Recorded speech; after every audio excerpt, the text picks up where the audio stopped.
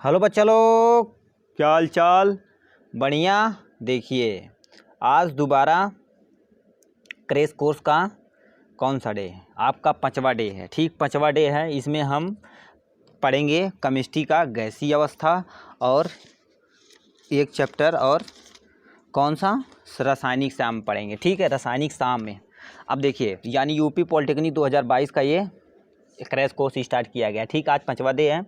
आज हम पढ़ेंगे फिजिक्स यानी केमिस्ट्री का कुछ चैप्टर। ठीक, आप यदि देखिए कुछ चीज़ें इंपॉर्टेंट, हमारे पास कम समय है। ठीक है, समय कम है तो आपको हमारे साथ बहुत ज़्यादा मेहनत करना पड़ेगा। ठीक, यानी प्रीवियस का क्वेश्चन 2021, 2020, 19 और आपका 18 इन 17 का पेपर हम ये सारी चीज़ें करा दिए हैं। ठीक, अब दोबारा हम स्टार्ट किए हैं 2021 का सीरीज। हम 2000 का हर एक संडे को यानी प्रत्येक संडे को आपको मिलेगा 2021 का हम करा दिए हैं, मिलेगा प्रीवियस क्वेश्चन यानी फुल सोल्यूशन के साथ फिजिक्स केमिस्ट्री बायो। उसके बाद हम 2020 का अगले संडे में करेंगे, फिर 19 को यानी 19 वाला करेंगे। ठीक, इसी तरह से करते करते आपका जो हम 27 यानी 25 तक आपका जो भी 25 तारीख तक ये आपका डेट है। ठीक, 25 तारीख तक आपका सारा जो इम्पोर्टेंट चैप्टर है एमसीक्यू के साथ साथ यानी थ्योरी तो पढ़ाएंगे ही, उसमें हम मोस्ट इम्पोर्टेंट जो 10 क्वेश्चन है वो उसे हम सॉल्व करेंगे। ठीक, कॉपी में लिख कर, और हर एक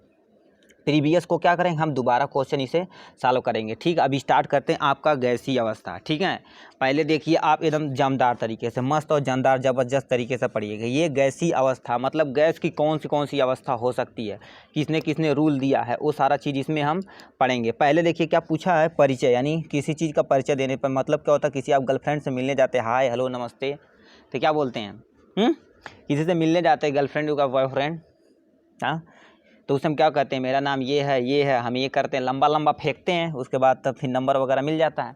ठीक है, चलिए ज़्यादा नहीं, इंट्रोडक्शन इसमें देखते हैं। ठीक, पूछा है किसी द्रव के अणुओं के मध्य तापीय ऊर्जा यानी बल तथा आकर्षण बल पाए जाते हैं। इस अवस्था यानी अवस्था निर्धारित करते हैं। ये तापीय ऊर्जा अणुओं के बीच कार्यरत आकर्षण बल अधिक होता है, जिसे हम गैसीय अवस्था बोलते हैं। कहने का मतलब क्या होता है, जब किसी द्रव यानी पानी है उसमें हम तापीय अवस्था को बढ़ाते हैं तो क्या, अरे बाबू लो यहाँ से सिंपल से यार पानी है, पानी को यदि हीट देंगे तो क्या हो जाएगा, गैस अवस्था में कन्वर्ट हो जाएगा कि नहीं, यही तो इतना बड़ा पोर्शन में ही लिखा है। ठीक है, और कुछ छोड़िए। अब गैस के कुछ नियम है। पहला नियम बॉयल का नियम। ठीक, बॉयल ये देखिए क्या, ये खौला रहे हैं, पनिया खौला रहे हैं। ठीक है, कितने लोग होते हैं जीरा खौलाते हैं, ये पनिया खौला रहे हैं। ठीक, बॉयलर यानी बॉयल का नियम यानी बॉयल एक वैज्ञानिक का नाम है। ठीक, स्थिर ताप पर किसी गैस के निश्चित मात्रा का आयतन हो गया, आयतन V, आपका दाब P के व्युत्क्रमानुपाती होता है। मतलब क्या होता है, V is 1 proportional by V यानी इतना होता है, यहाँ से देखो लिखा है V प्रोपोर्शनल 1/P होता है। ठीक, इसमें क्या होता है, स्थिर ताप हुआ इस यानी द्रव्यमान क्या स्थिर है, तो P1 बराबर क्या होता है, P1V2 बराबर P2V2 होता है। ये बॉयल का नियम है। अब आते हैं हमारे चार्ल्स लॉ। ठीक, चार्ल्स लॉ वैज्ञानिक क्या कहें भैया, हमारे अंकल जी हैं। ठीक है, भैया नहीं। ठीक, स्थिर दाब पर किसी गैस की निश्चित मात्रा का आयतन परम ताप के समानुपाती होता है। कहने का मतलब को जो आयतन है उसके तापमान यानी परम जो ताप है उसके समानुपाती होता है। ठीक, ये आपका है यानी कौन सा है, चार्ल्स लॉ, जो चार्ल्स नामक वैज्ञानिक ने दिए थे। ठीक, इसे हम यदि देखेंगे तो V1/T2 V2/T2 होता है। ठीक है, ये था आपका स्थिर दाब पर, ये स्थिर दाब पर। परम शून्य ताप पर क्या क्या हो सकता है, इस बॉक्स से क्वेश्चन पूछेगा। वह काल्पनिक ताप यानी वह काल्पनिक ताप जिस पर गैसों का आयतन शून्य हो जाते हैं यानी हो जाए उसे हम परम ताप कहते हैं। तो -273 डिग्री सेल्सियस पर परम ताप होता है। ये भी क्वेश्चन पूछा था, यहाँ हैशटैग यानी 5 स्टार लगाइए। ठीक है, ISPCS वाला एकदम P स्टार लगा दिए गजब से। ठीक है, परम शून्य ताप पर शून्य यानी 0 केल्विन तापमान पर यानी ताप पर मानकर ताप मापने की पैमाने को हम क्या कहते हैं, परम ताप कहते हैं। ठीक, ये था आपका परम ताप के कुछ तथ्य। अब आते हैं इक्वेशन यानी गैस इक्वेशन क्या होता है, इसके बारे में देखते हैं। ठीक, जो समीकरण किसी गैस की निश्चित मात्रा के दाब व आयतन ताप के मध्य व्यक्त करते हैं उस समीकरण को क्या कहते हैं, वो समीकरण ये होता है। दोनों जो बॉयल का लॉ था और चार्ल्स लॉ दोनों यदि मिलाएंगे तो आपका क्या हो जाएगा, यानी PV बराबर RT होता है। एक हम नियतांक इसमें यदि डालेंगे PV बराबर यानी RT, जिसे हम आदर्श गैस नियम कहते हैं। ठीक, ये आपका हो जाएगा नियम। ठीक, अब यहाँ से क्या क्या पूछ लिया, यानी गैस स्थिरांक R का संख्यात्मक मान गैस दाब तथा आयतन को व्यक्त करने मात्रकों पर यानी निर्भर करता है। दूसरा, गैसीय अवस्था के पदार्थ के घनत्व सबसे कम होता है। तीसरा दिया, किसी गैस के निश्चित ताप का घनत्व दाब के समानुपाती तथा दाब के व्युत्क्रमानुपाती। डी बराबर क्या होता है, एम वी, यानी क्या होता है, पी एम, यानी स्मॉल पी कैपिटल एम और आर और टी होता है। ठीक, अब यहाँ से एक मोल का आयतन कितना होता है, 22.4 लीटर होता है, यानी इसे हम क्या कहते हैं, मोलर गैस आयतन बोलते हैं। ठीक है, आयतन बोलते हैं। ठीक, फिर एवोगाड्रो नंबर क्या आ गया, एवोगाड्रो नंबर वैज्ञानिक आए तो उन्होंने कहा समान ताप, एक वैज्ञानिक है, उन्होंने कहा समान ताप व दाब पर गैसों के समान आयतन पे अणुओं की संख्या क्या समान होती है, यानी V बराबर n दे दिए। तो इसमें n क्या है, तुम्हारा आयतन है, V तुम्हारा अणुओं की संख्या है। ठीक, यानी इसमें क्या होता है, स्थिर ताप होना चाहिए, दाब भी स्थिर होना चाहिए। ठीक है, अब इन्होंने क्या किया, एवोगाड्रो की संख्या यानी क्या 1 ग्राम मोल में उपस्थित, ये केमिस्ट्री में भी स्टार्टिंग में पढ़े परमाणु संरचना, तो उसमें आपका बहुत सारा दिया क्वेश्चन, मोल संख्या, मोलरता, मोलरती, मोलल्टा, सब बहुत सारा दिया है, नॉर्मलती, ये सब सारी क्या होते हैं। 1 मोल यानी 1 ग्राम मोल पदार्थ में उपस्थित अणुओं की संख्या एवोगाड्रो संख्या कहलाती है। इसका मान कितना 6 यानी 6.023 × 10⁻23 अणु होते हैं। तो यानी कार्बन के लिए क्या था 12 ग्राम कार्बन के लिए 6.023 × 10⁻23 अणु होते हैं। ये था आपका एवोगाड्रो संख्या। ठीक, अब डाल्टन के आंशिक दाब का नियम, डाल्टन ने क्या कहा था, जब 2 या 2 से अधिक आपस में अभिक्रिया न करके गैसों को एक ही पात्र में बंद कर दिया जाता है तो उस मिश्रण को दाब का वायवीय गैसों का आंशिक दाबों को योग के बराबर होता है। P बराबर P1 + P2, यानी कहने का मतलब क्या होता है, जितना भी प्रेशर है, दाब है, 1 2 3 अब ऐड करते जाइए, उसका P के बराबर होता है। ठीक, अब यहाँ से आंशिक दाब बराबर कैसे निकाल सकते हैं, गैसों की मोल की संख्या कैसे निकाले, ग्राम में मात्रा बटे अणुभार, कोई भी चीज ग्राम में यदि दिया है तो उसके अणुभार से डिवाइड करेंगे, मोल की संख्या निकल जाएगी। ठीक, अब प्रेक्षित दाब डिवाइडेड बाय मिश्रण में उपस्थित सभी गैसों की मोल की संख्या होती है। यानी आंशिक दाब को आप कैसे लिख सकते हैं, आंशिक दाब को हम कह सकते हैं गैसों की मोलों की संख्या गुणे RT होता है, बट कुल मिश्रण का आयतन होता है। हम मोलों की संख्या क्या लिए, n ले लिए, RT यहाँ लिख दिए, तब बराबर क्या होता है, PV बराबर आप क्या लिख सकते हैं, अरे बाबू देखिए, PV बराबर आपका था nRT, यदि nRT था तो P बराबर क्या पूछाएगा, nRT और डिवाइडेड बाई V होगा, यही तो यहाँ से लिखा है, यहाँ समझ गए, यही लिखा है। ठीक, ये था आपका गैस का आयतन के लिए।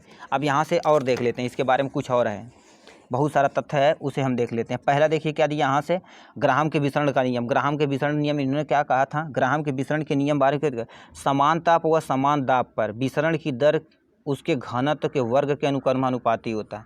तो यहाँ से इसने दे दिया था। ठीक, अब इसका रूल यहाँ से देखिए क्या दिया है, यहाँ से इन्होंने क्या होता है एक रूल यहाँ से बना दिया।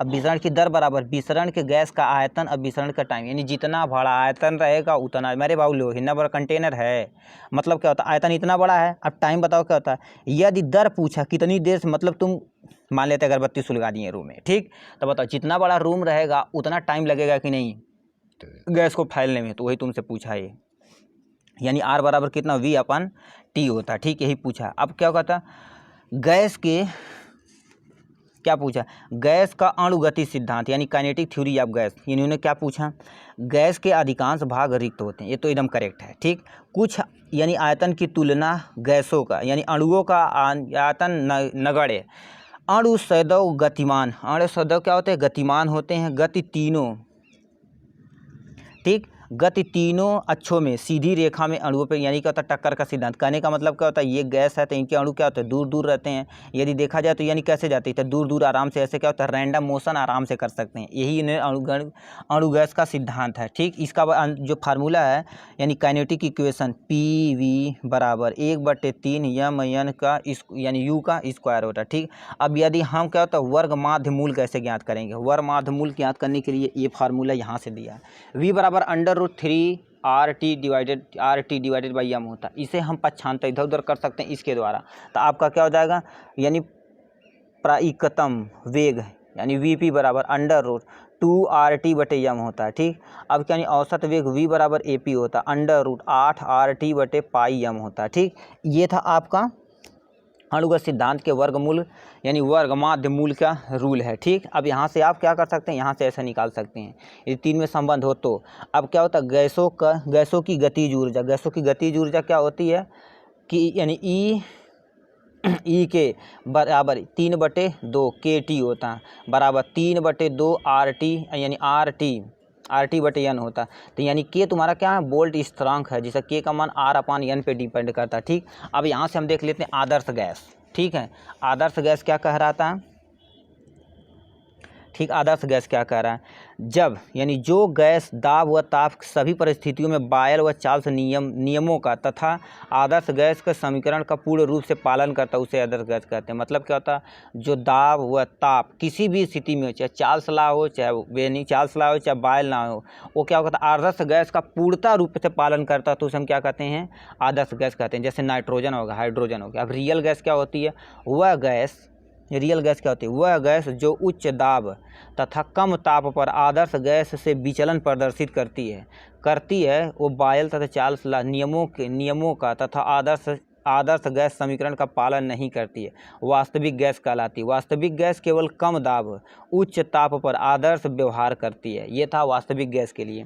ठीक, अब यहाँ से कंप्रेसिबिलिटी फैक्टर को दे दिया। ठीक, जेड बराबर, फार्मूला केवल याद रखिए, जेड बराबर PV/NRT, NRT होता है। तो आपका जेड क्या होता है, स्पिंडित गुणांक होता है। जेड बराबर 1 हो सकता है, ये आदर्श गैस के लिए। वास्तविक गैस के जेड का मान 1 ही होता है। वास्तविक गैस के लिए आपका क्या होता है, जेड 1 से कम हो सकता है और 1 से बड़ा भी हो सकता है। ठीक, तब 1 से यहाँ से क्या होता है, यानी वास्तविक गैस वंडर वाल समीकरण के लिए पालन करता है, तो इसके लिए ये फार्मूला।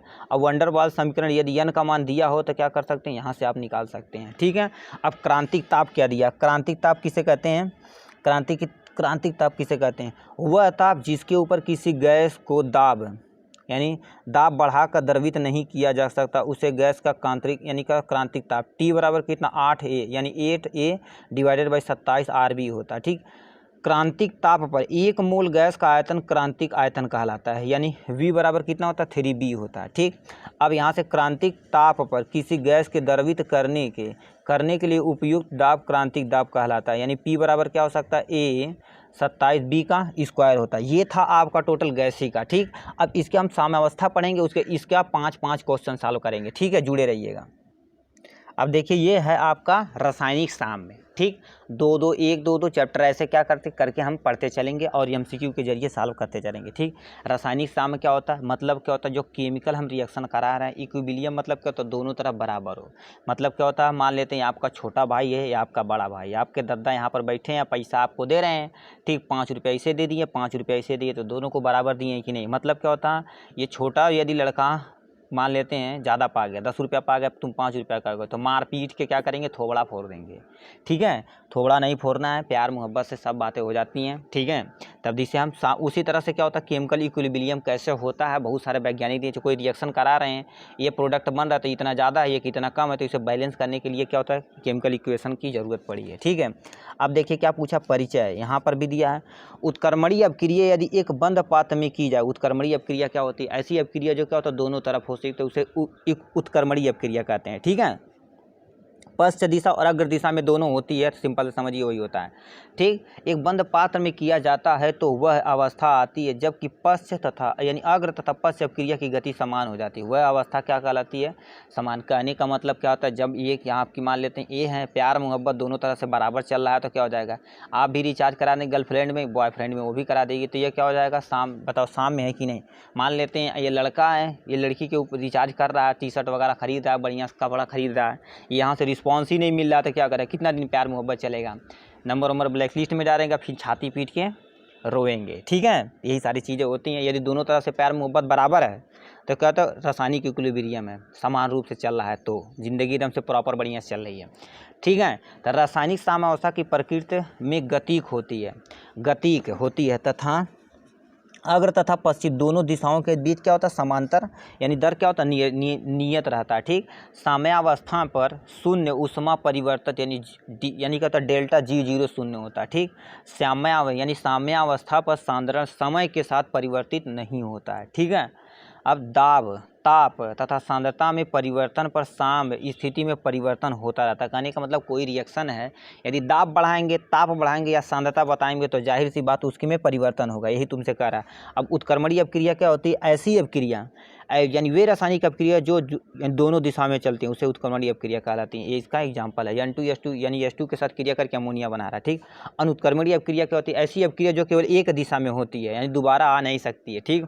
मतलब क्या होता है, यहाँ पर मान लेते हैं आप वाली चली गई, ठीक है, दोबारा नहीं मुड़ के देखने वाली है, ठीक है। यहाँ से छोड़ के जाएगी तो क्या होगा, दोबारा मान लेते हैं आपकी GF चली गई, दोबारा आने वाली नहीं है, तो ये कौन सा अपक्रिया कहलाएगी? अनुत्क्रमणीय अपक्रिया कहलाएगी, ठीक है। अब एक्टिव मास क्या होता है? एक्टिव मास का तात्पर्य सांद्रता प्रति लीटर बिलियन में उपस्थित मोलों की संख्या उस पदार्थ की सक्रिय द्रव्यमान कहलाता है। यानी सक्रिय द्रव्यमान ए बराबर क्या होता है? ग्राम मोलों की संख्या बटे आयतन लीटर में, ठीक, NV होता है, ठीक। अब इसे पदार्थ की मात्रा ग्राम में ले सकते हैं। अब आयतन कैसे ले सकते हैं? पदार्थ का अणुभार लेंगे, आयतन लीटर में लेंगे, ठीक। सक्रिय द्रव्यमान का यदि मात्रक देखा जाए, मात्रक जैसे क्या होता है? मोल पर, यहाँ से मोल पर लीटर होता है, ठीक। इसे हम ब्रैकेट में, यानी कोई चीज़ जैसे मान लेते हैं ए है तो ए को हम क्या करेंगे? बड़े ब्रैकेट में लिखेंगे, जिसे हम एक्टिव मास ऑफ कहते हैं, ठीक। ऐसे आपको लिखना पड़ेगा। द्रव्यानुपाती क्रिया का नियम, law of mass of action, यानी क्या दिया है देखिए, यहाँ से गुल्डबर्ग तथा यानी क्या होता बागे नामक वैज्ञानिक, नॉर्वे के वैज्ञानिक ने एक नियम प्रतिपादित किया जो द्रव्य अनुपात नियम का पालन करता है। इस नियम के अनुसार स्थिर ताप पर किसी रासायनिक अपक्रिया की गति पदार्थ के सक्रिय द्रव्यमान के गुणनफल कर अनुक्रमानुपाती होता है, ठीक। इनके लॉ ऑफ मास इन्होंने कहा है, ठीक है। अब यहाँ से क्या पर स्थिर यानी Kc का मान, फिर Kp की भी संबंध बताना, ठीक। अब क्या इक्विलिब्रियम यदि कांस्टेंट हो तब क्या करेंगे, ठीक। कांस्टेंट मतलब क्या होता है? इसमें अपक्रिया उत्क्रमणी हो तो माना A और B यानी C यानी बराबर क्या बना रहे हैं? C और D दोनों दिशाओं में, यानी ये A बन सकता है, ये A बन सकता है, ठीक। तो आप इसका फार्मूला यहाँ से देखिए क्या दिया, यहाँ से आप सॉल्व कर सकते हैं। यहाँ से एक देखिए क्या दिया, एक यानी KF यानी फॉरवर्ड रिएक्शन, ये बैकवर्ड रिएक्शन, ठीक। अब यहाँ से active mass of C active mass of D होता है, ठीक। यहाँ से वही चीज़ आपको यहाँ से दिया, active mass F divided by active mass of B हो गया। यदि Kc का मान निकालना रहे तो क्या होता है? यहाँ से Kc का मान एक्टिव मास ऑफ C यानी कांस्टेंट निकालना था, active mass of C active mass of D divided by active mass of A active mass of B, यानी तुम्हारा Kc मतलब क्या होता है? पश्च है, यानी पीछे की तरफ है। अब Kc का मान अपक्रिया के परिमाण पदार्थों की सांद्रता था, उत्प्रेरक में उपस्थित का निर्भर नहीं करता है। ये सही है, मतलब क्या होता है? कोई रिएक्शन हो रहा है, ठीक है, कोई रिएक्शन हो रहा है, मतलब क्या होता है? ये आपकी है, आपकी ये गर्लफ्रेंड है, आपको ये नंबर क्या होता है? ब्लैक लिस्ट में डालें। तो दूसरा पर्सन यहाँ से आएगा, कहेगा यार बहुत हरामी, चलिए साला उसका मोबाइल ये चुरा लिया जाए, उसे बल भर पीटा जाए। तो ये सारा क्या होता है? उत्प्रेरक का काम करता है। उससे क्या होता है? यहाँ से आप अब अच्छे आदमी हैं, यानी Kc की तरह हैं, तो यानी कोई भी अभिक्रिया आएगा आप क्या करते, कोई भी यानी उत्प्रेरक आएगा आप पे कोई भी प्रभाव नहीं डाल पाएगा। तो सेम टू सेम, बहुत अच्छा, सैल्यूट, नमस्ते सर, ठीक। Kc का मान अपक्रिया की प्रकृति, अपक्रिया की प्रतीक ताप मध्यम पर यानी क्या होता है? निर्भर करता है, ठीक है। अब यहाँ से Kc और Kc के बीच यानी Kp और Kc के बीच रिलेशनशिप बिटवीन Kc और Kp में संबंध, Kp बराबर क्या होता है? Kc मल्टीप्लाई बाई RT और डेल्टा Ng होता है। यहाँ पर डेल्टा Ng का मान क्या होता है? अभिक्रिया यानी क्रिया फलों के मोलों की संख्या माइनस अभिक्रिया के मोलों की संख्या होती है, ठीक। अब यहाँ से RT क्या होता है? RT देख लेते हैं, ठीक। RT क्या होता है? गैस स्थिरांक होता है।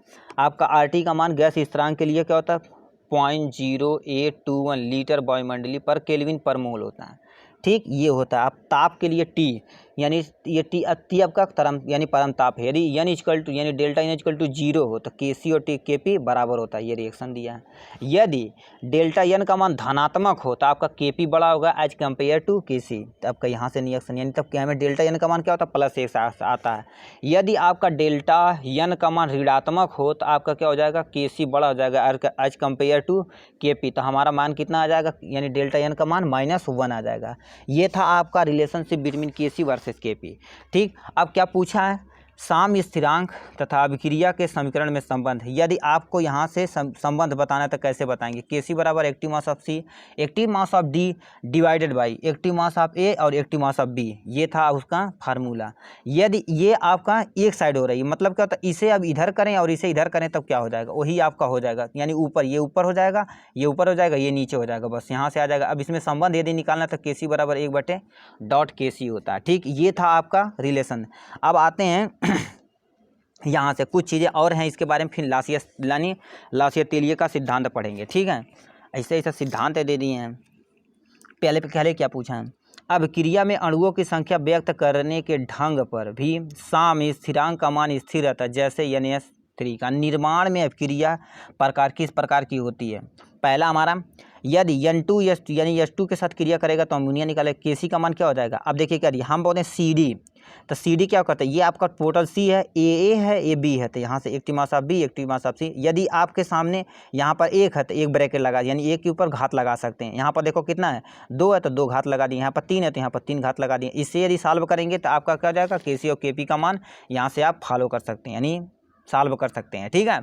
अब यानी इतना बड़ा क्वेश्चन नहीं पूछेगा बाबू, क्योंकि हमें पास क्या होता है, टाइम बहुत कम है, यानी इजी क्वेश्चन आपसे ज़्यादा पूछेगा, मगर हमें कॉन्सेप्ट क्लियर होना चाहिए। यदि कहीं आए तो आप दिमाग में पड़ा रहेगा तो हम क्या कर सकते हैं, यदि सॉल्व करेंगे आ जाएगा तो गजब है, ठीक है। ये था आपका टोटल इसके बारे में, ठीक है, इसके बारे में, ठीक, ये था आपके उसके बारे में, ठीक। अब यहाँ से हम क्या होता है, लासिये तेलिये का सिद्धांत पढ़ते हैं, ठीक है, ठीक। लासा तेलिये ने क्या पूछा, इन्होंने लासा तेलिये नामक वैज्ञानिक ने, लासा तेलिये क्या था, सन 1884 में लासा तेलिये ने एक नियम प्रतिपादित किया जो साम्य अवस्था में यानी साम्य अवस्था में दाब ताप सांद्रता का प्रभाव ज्ञात करने में सहायक सिद्ध होता है। इसके अनुसार यदि साम्य में ताप दाब सांद्रता परिवर्तन किया जाए तो साम्य ऐसी दिशा में परिवर्तित होता है जिससे यह किए गए परिवर्तन के प्रभाव दूर किए जा सकते हैं। जैसे आपको क्या यानी दूर आप कर सकते हैं, ताप वृद्धि से अभिक्रिया उस दिशा में बढ़ती है जिसमें ऊष्मा का शोषण होता है, मतलब ताप बढ़ाने पर ऊष्मा यानी अभिक्रिया उस तरफ बढ़ती है जिसमें क्या होता है, ऊष्मा का शोषण होता है। यदि दाब बढ़ाएंगे तो अभिक्रिया की दिशा बढ़ती है, आयतन भी कम होता है, ठीक। मतलब क्या होता है, ये कंटेनर है, ठीक। यदि दाब यहाँ से पिस्टन तुम लगा रहे हो तो बताओ आयतन यानी क्या होगा, आयतन इसका क्या हो रहा है, कम हो रहा है कि नहीं, और इसकी दिशा क्या हो रहा है कि दिशा बढ़ती जाती है, ठीक। वो यानी कोई अवयव बाहर से मिलाने पर अभिक्रिया की दिशा हटती है, इससे क्या होता है, जिससे उस द्रव्य की सांद्रता कम होती जाती है, ठीक। ये था आपका टोटल इसके बारे में, ठीक। अब लासा तेलिये के कुछ सिद्धांत यहाँ से दिया है। यदि अमोनिया हैबर विधि से बनाएंगे तो ये फॉलो कर सकते हैं। सल्फर ट्राईऑक्साइड का निर्माण के लिए ये यूज कर सकते हैं। नाइट्रिक ऑक्साइड का यूज इसके लिए कर सकते हैं, ठीक है। अब यहाँ से कुछ देते हैं, साम्यावस्था पर उत्प्रेरक की उपस्थिति तथा अक्रिय पदार्थों की उपस्थिति पर कोई भी प्रभाव नहीं पड़ता है, ठीक। अब दूसरा, उत्प्रेरक की उपस्थिति में साम्य तो जल्दी से स्थापित होता है लेकिन साम्य स्थिरांक का मान को कोई प्रभाव नहीं पड़ता था। ये था आपका टोटल लासा तेलिये का सिद्धांत। अब हम मोस्ट 10 MCQ स्टार्ट करते हैं, ठीक है। देखिए ये है उसका क्वेश्चन, यानी 5 क्वेश्चन गैसीय अवस्था से और 5 मोस्ट इंपॉर्टेंट क्वेश्चन रासायनिक साम्य से पूछा गया, ठीक। ये पहला क्वेश्चन क्या पूछा है, पहला क्वेश्चन हमें पूछा है आंशिक दाब पर डाल्टन नियम निम्न में से किस गैसों के लिए मान्य नहीं है। पहला H2 तथा N2 के मिश्रण के लिए, दूसरा H2 तथा H2 तथा Cl2 के मिश्रण के लिए, तीसरा क्या दिया, H2 तथा CO2 के मिश्रण के लिए, या इनमें से कोई नहीं। तो आपका ये ऑप्शन कौन सा, बी वाला ऑप्शन सही है, यानी H2 तथा Cl2 के लिए मान्य नहीं है, इसके मिश्रण के लिए मान्य नहीं है, तो आप बी वाला ऑप्शन ठोंकिएगा, ठीक है। अब क्या पूछा, वंडरवाल समीकरण निम्न में से किस प्रकार के गैसों के लिए व्यवहार को स्पष्ट करता है। पहला हमारा आदर्श गैस, दूसरा वास्तविक गैस, तीसरा वाष्प या अवास्तविक गैस, ठीक। तो आपका आदर्श गैस के लिए ये फॉलो होता है, ठीक है, ये तो पढ़ चुके हैं, ठीक। अब पूछा परम शून्य ताप पर, यानी परम शून्य ताप पर क्या क्या हो सकता है, यानी जल जम जाता है, या आणविक गति रुक जाती है, या पदार्थ ठोस हो जाता है, या सभी गैस द्रव में बदल जाते हैं। तो आपका आणविक गति क्या हो जाती है, रुक जाती है। ये आपके आदर्श गैस के लिए होता है, ठीक। लास्ट में भी आदर्श गैस का जो ब्रैकेट वाला पढ़े उसी में था ये क्वेश्चन, ठीक। अब यहाँ से पूछें आपसे, क्लोरीन यक्ष से 6 गुना अधिक तीव्रता से, यानी क्लोरीन यक्ष से 6 गुना अधिक तीव्रता से विसरित होता है तो यक्ष का अणुभार होगा। तो देखो कर दिया, क्लोरीन हो गया 6 गुना तेजी से क्या करता है, वो डिवाइड करता है, तो आपका क्या जाएगा, यक्ष का मान ए हो जाएगा, ठीक है।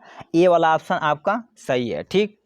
अब यहाँ से 5वां नंबर क्वेश्चन क्या पूछा है, 5वां नंबर हमसे क्वेश्चन पूछा है गैसों का आणविक वेग, यानी गैसों का आणविक वेग बराबर क्या होता है, ताप पर निर्भर नहीं करता है, यानी ताप पर निर्भर, गैस का आणविक वेग किस पे निर्भर करता है, यानी ताप पर निर्भर नहीं करता, या परम ताप के समानुपाती होता है, या परम ताप के वर्गमूल के समानुपाती होता है, या परम ताप के वर्ग के समानुपाती होता है, तब बी वाला ऑप्शन आपका सही है, यानी परंताप के समानुपाती होता है। ठीक, ये था। अब साम्य अवस्था का हम कुछ क्वेश्चन यहाँ से सॉल्व कर लेते हैं। पहला हमारा देखिए कर दिया उसी पे, यानी केपी और केसी पे ही दे रखा है। पहला क्वेश्चन क्या होता है, N2 यदि 3H2 यानी 3H2 के साथ क्रिया कर रहा है तो हमारा क्या होता है 2NH3। अब क्रिया के लिए केपी का उपयुक्त व्यंजन होगा पहला, यानी पहला ऑप्शन जो हो गया केपी बराबर केसी, दूसरा ऑप्शन केपी बराबर केसी आर टी होता है, या केपी बराबर केसी आर टी का माइनस यानी -2 होता है, यानी केपी बराबर केसी का होल स्क्वायर होता है। तो आपका सी वाला ऑप्शन, ये वाला ऑप्शन सही है। ठीक है, ये वाला ऑप्शन मतलब क्या होता है, केपी बराबर क्या हो सकता है, केसी है, आपका क्या होता है आरटी, यही तो होता है, यही फार्मूला यहाँ से दे रखा है। ठीक, अब क्या पूछा, एक एटीएम मतलब एक एटमॉस्फेरिक प्रेशर वायुमंडलीय दाब पर, एक वायुमंडलीय दाब पर, एटमॉस्फेरिक मतलब वायुमंडलीय होता है, एक वायुमंडलीय दाब पर PCl 50% वियोजित हो जाती है तो साम्य स्थिरांक केपी का मान होगा। साम्य स्थिरांक केपी का मान क्या हो जाएगा, 3/3 कितना हो जाएगा 1/3 आपका आंसर है। अब यहाँ से क्या पूछा, इसमें से एक उत्क्रमणीय अपक्रिया पूछा है, एक उत्क्रमणीय अपक्रिया है कौन सा पहला ही ऑप्शन है यार, कितनी बार बताएं मगर हमें पढ़ना है। ठीक है, एक उत्क्रमणीय अपक्रिया का जो दोनों में दिशाओं में होती है, यहाँ पर एरो नहीं बनाया है। ठीक है, अब देखो कर दिया, H2I2 के साथ क्रिया करेगा 2HI बना लेगा। बी वाला क्या होता ऑप्शन H2SO4 यानी BOH, ये होल का टॉयच के साथ क्रिया करेगा तो BOSO4 प्लस पानी निकल जाएगा। ठीक, अब तीसरा ऑप्शन क्या दिया, NaClAgNO3 के साथ यदि क्रिया करेगा तो NaNO3 बनेगा और AgCl बनेगा। या फिर यदि यस के साथ क्रिया करेगा तो FeS बन जाएगा। ठीक, आपका ए वाला ऑप्शन सही है। ये एकदम इजी और हलवा क्वेश्चन दे दिया है। ठीक है, अब यहाँ से क्या पूछा, चौथा नंबर क्वेश्चन हमसे पूछ लिया है। चौथा नंबर क्वेश्चन पूछ लिया है, स्थिर तापक्रम यानी क्या होता है, स्थिर तापक्रम पर अभिकारकों का सांद्रता वृद्धि की साम्य स्थिरांक होता है। यानी क्या होता है, वृद्धि से साम्य स्थिरांक होता है, मतलब सांद्रता यदि बढ़ाएंगे तो साम्य स्थिरांक कैसा होगा, बढ़ेगा या घटेगा, या अप्रभावित होगा या पहले यानी पहले बढ़ेगा या घटेगा, ये इसमें कोई भी प्रभाव नहीं पड़ता है। ठीक है, अब क्या पूछा है, यानी हमसे पूछा लास्ट एंड फाइनल 5 क्वेश्चन क्या होता है, अभिक्रिया कार्बन मोनोऑक्साइड यदि हाफ O2 के साथ क्रिया करती तो कार्बन डाइऑक्साइड के लिए होती है, तो सही है। अब इसमें केपी वर्सेस केपी का मान बताना है। ठीक है, एक हो सकता है या आरटी हो सकता है या अंडर रूट यानी 1/√RT आरटी हो सकता है, ये ऑप्शन आपका सही है, या 1/RT पे हाफ हो सकता है, ये था आपका यानी तीसरा ऑप्शन सही। तो ये था बाबू आपका यानी केमिस्ट्री वाला पोर्शन का 5 यानी पाँचवें दिन का आप क्या का क्रैश कोर्स। ठीक, आप हमसे जुड़े रहेंगे तो इतना वादा करते हैं आप एग्ज़ाम में अच्छा परफॉर्म कर पाएंगे। ठीक, पढ़ाई करते रहिए, ऑल द वेरी बेस्ट।